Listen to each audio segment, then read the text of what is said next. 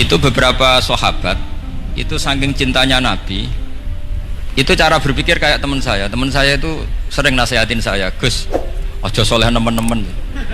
Engkau nak ning swarga mari bareng Mbah Mun sungkan katanya. Jadi kalau terlalu soleh kan surganya sama guru-guru kita, kan tidak enak itu. Kalian kalau di surga kan nggak kebayang, mesti polanya kayak apa gitu. Lama punya istri tidak cantik, di sana apa? Cantik. Nah, itu kalau jejer guru kan sungkan. Gitu. Jadi makanya kata teman saya, soleh pas-pasan ya Gus, ben swarga ini nggak sama siapa? Mbah Mun katanya, sungkan katanya. Nah ternyata pikiran itu juga ada di sahabat. Ya Rasulullah, saya puas-puaskan melihat engkau di surga. Kenapa? Saya tidak mesti masuk surga. Kalaupun di surga beda kelas dengan jenengan. Jadi para sahabat ya sadar, kalaupun di surga beda kelas dengan jenengan. Tapi pelajaran yang kita bisa terima adalah bahwa semuanya itu harus ada amal kita. Sehingga Nabi ngendikan fa'inni ala nafsika bikasrotis sujud. Maka tolonglah saya untuk mengabulkan permintaan kamu dengan memperbanyak apa? Sujud. Saya akhir-akhir ini sering kampanye tentang sujud. Caranya gimana? Ini sekaligus untuk anak-anak PSG utamanya, karena yang mengkaji Quran. Kata ulama, mentahbib ya, menyenangkan orang kepada Allah itu butuh bayinah. Bayinah itu logika yang kebenarannya itu cara Jawa itu jelas welo-welo, sangat jelas. Namanya al-bayinah. Saya ulang lagi ya, namanya apa? Al-bayinah. Sehingga dengan logika itu orang yang kafir saja menjadi mukmin, yang fasik menjadi soleh, yang soleh bila ilmin menjadi soleh bil ilmi atau bil hujjah. Itu yang disebut Allah, lam yakunil ladzina kafaru min ahlil kitabi wal musyrikina munfakkina hatta ta'tiyahumul bayinah. Siapa itu? Rasulun minallah yatlu suhufam mutahharah. Jadi kemampuan argumentatif itu yang harus kita bela-belain. Saya di sini sangat terhormat karena saya bisa matur di depan Pak Kures. Saya dulu sering baca buku-buku beliau. Jadi saya nggak mungkin jadi pesaing beliau karena saya ini saya ngidolakan beliau, jadi nggak mungkin jadi pesaing beliau. Tapi kalau mutammim ikut menyempurnakan keinginan besar-besar beliau mewujudkan Islamiyah wasatiyah, insya Allah diminta atau tidak diminta harus kita bantu. Harus apa? Nah, bayinahnya apa? Bayinahnya begini. Bayinah itu satu argumentasi yang jelas begini. Ada seorang ekstremis itu, singkat cerita mau ngebom tempat-tempat maksiat. Yang maksiat ini orang-orang Islam juga. Tapi saya tidak nuduh sampean, pokoknya orang-orang Islam juga.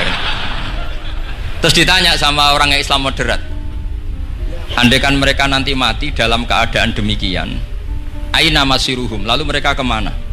Ya ilanar, karena mati dalam keadaan maksiat. Terus ditanya sama yang moderat tadi, moderat soleh maksudnya, bukan moderat liberal, moderat soleh. Karena orang kadang salah paham, moderat itu pikirannya terus liberal, tidak, moderat soleh. Terus kata si moderat tadi, akana dzalika muradan nabi, apa umatnya masuk neraka itu yang diinginkan Nabi? Kaget si ekstremis tadi. Kebetulan ini ekstremis yang masih mau mikir.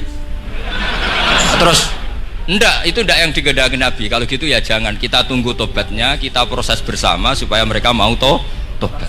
Karena dukhuluhum annar itu tidak muradan Nabi, tidak yang digedaki Nabi Muhammad SAW. Nah, cerita seperti ini tentu ada padanannya. Padanan itu artinya kias ya, kias dalam hadis sahih. Saya yakin hadis itu sahih. Kalaupun itu dhaif itu yata'ayyadu bi fatwal ulama, menjadi kuat karena banyak ulama yang fatwakan seperti itu. Saya pastikan itu diriwayatkan Qadhi Iyad dalam kitab Asy-Syifa, juga diriwayatkan Ihya, juga diriwayatkan di Hayatus Sahabah. Di situ ada sekian sanad sing yuqawi ba'duhu ba'd. Kenapa ini saya utarakan? Karena di kota itu sanggerono hadis itu takokno sahih ta ora. Kadang sing takok ya ndak paham itu. Maca kitab ra iso kok takok sahih ta ora.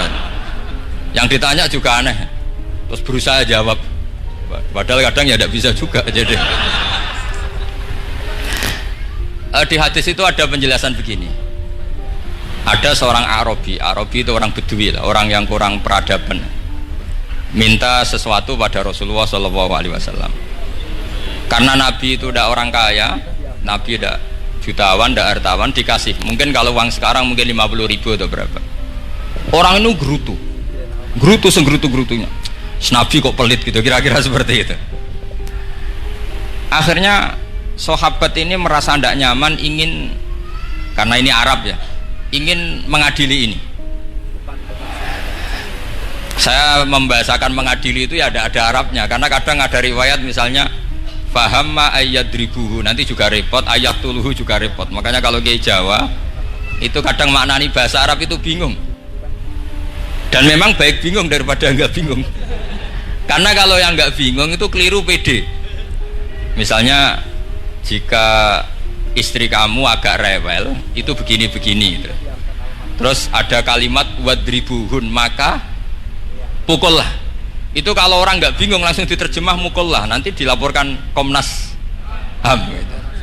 Tapi kalau yang bingung itu akhirnya tatoluk mencari-cari. Ternyata di semua tafsir disebut dorban ghairu mubarrihin, ya mukul tapi yang tidak menyakiti. Jadi kekeliruan itu pasti dimulai orang-orang yang nggak bingung. Jadi ilmunya nggak cukup, akhirnya nggak bingung. Bingung itu penting. Loh betul. Nggak ada orang alim kecuali dari bingung.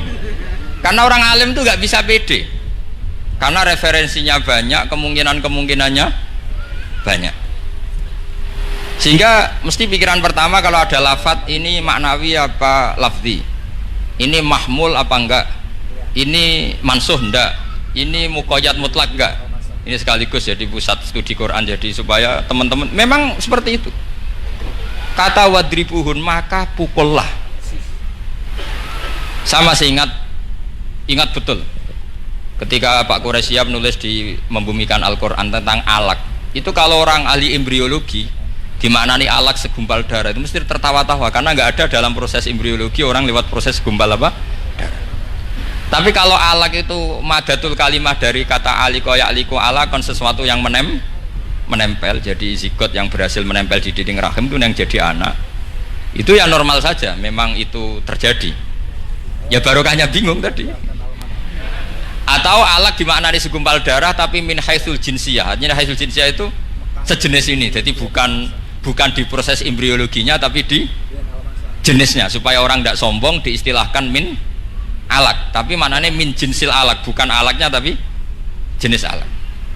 Itu kayak Abu Bakar itu kalau sedang bully manusia yang sombong-sombong itu, kamu kok sombong, kamu itu keluar min makhrajil bauli marroten katanya. Gitu. Supaya orang tidak sombong itu disilakan manusia itu yakhruju min makhrajil bauli apa? Marroten. Kan kamu keluar dari makhrajil bauli berapa? 2 kali kan? Minar rojul lewat penis, terus nanti lahir juga lewat min makhrajil baul. Jadi untuk mengadili manusia supaya tidak sombong diistilahkan keluar min makhrajil baul marroten. Nah mungkin alak kalau maknanya segumpal darah itu maknanya jenisnya seperti ini. Kenapa kamu sombong? Jangan digugat tentang itu proses embriologi, kalau itu tidak ngalami itu. Jadi akhirnya barokahnya bingung itu alak dari proses embriologi maknanya apa? Aliko ya aliku, alakon sesuatu yang apa? Nempel, yang sukses nempel di dinding rahim. Tapi dari segi jenis mendidik tawadu, mendidik khafdul janah lil mukminin, mendidik adzul wal inkisar, rasa hina, nah, itu dengan makna tadi. Saya teruskan. Si Arabi tadi karena dikasih 50.000 gerutu, terus akhirnya Nabi memanggil Arabi tadi karena mau dipukulin sama sahabat. Nggak tahu mau dipukulin atau mau dibunuh, nggak tahu, pokoknya dikerasin tadi. Makanya nggak usah diterjemah, kalau diterjemah nanti jadi bingung. Terus akhirnya dibawa sama Nabi, diajak masuk, dikasih banyak sama Nabi, kasih banyak. Ditanya sama Rasulullah, kamu sudah puas ya Arabi? Sudah ya Rasulullah. Hebatnya Nabi apa? Kamu harus menjelaskan ke semua sahabat saya kalau kamu sudah puas, karena tadi kamu ngomong yang bikin sahabat saya dongkol. Terus sekarang harus mengkonfirmasi. Ya Rasulullah. Di depan umum juga Nabi ikut. Ini Arabi tadi minta saya tak tambah, terus dia puas. Ahakada ya Arabiyu? Naam ya Rasulullah, fajazakallahu min khairin wa asyiratin. Dia tegas, naam ya Rasulullah. Nah, pelajaran dari hadis ini adalah kalimat ini. Ini harus diingat-ingat. Setelah Arabi tadi puas, sahabat juga tahu apa pernyataan puasnya Arabi tadi. Nabi ngetikan begini. Masalu hadza, perumpamaan orang ini dan saya itu seperti orang yang punya unta atau sapi atau kambing yang syarodat, yang liar. Fattaba'ahan nasu. Kemudian orang-orang ikut membantu nangkap. Falam yaziduha illa nufuran. Bantuan manusia-manusia ini malah tambah lari karena ini semua orang ini asing. Bagi unta ini kan asing, yang nggak asing kan hanya pemiliknya. Nah, terus kata si pemilik unta tadi, khallu baini wa baina naqati, sudah saya tidak usah dibantu. Fa ana arfaku, biasa lebih sayang kepada unta saya.